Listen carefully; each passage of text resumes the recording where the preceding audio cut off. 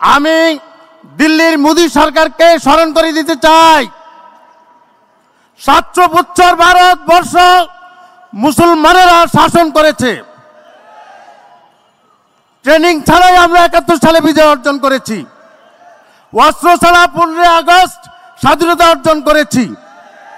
অতএব কারণে বাংলাদেশের একটি ইঞ্চির প্রতি যদি তারা তাদের কোনো রকম লোলুপ দৃষ্টি দেয়, তাহলে বাংলাদেশ জামাত ইসলামী সহ এই জাতি ঐক্যবদ্ধ হয়ে তা মোকাবেলা করায় না, শুধু মোকাবেলা করতে গেলে ভারত খানখান হয়ে যাবে, টুকরো টুকরো হয়ে যাবে।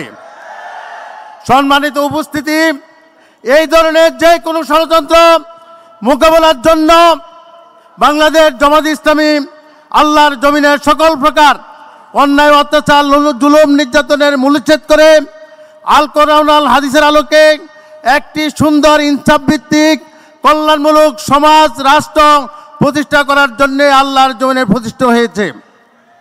স্বাধীনতার অতন্ত্র প্রহরী, জাতি গঠনের অগ্রদূত, মজলুম গণমানুষের বিপ্লবী কণ্ঠস্বর এই বাংলাদেশ জামাত ইসলামীর পতাকা তলে তৌহিদি জনতা আমরা ঐক্যবদ্ধ হয়ে আগামী দিন যে কোনো ষড়যন্ত্র মোকাবেলা করে বাংলাদেশ জামাত ইসলামীকে আগামী নির্বাচনে আমরা ক্ষমতায় দেখতে চাই।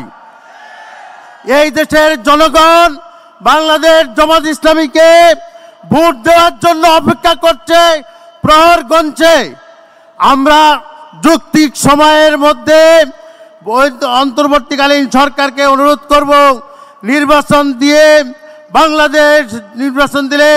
বাংলাদেশ জামাত ইসলামী ইনশাল্লাহ আগামীতে একটি সুন্দর, শান্তিপূর্ণ, কল্যাণমূলক, ইনসাফ ভিত্তিক রাষ্ট্র প্রতিষ্ঠা করবে। আল্লাহ পাক আমাদেরকে সে তৌফিক দান করুক, আমিন।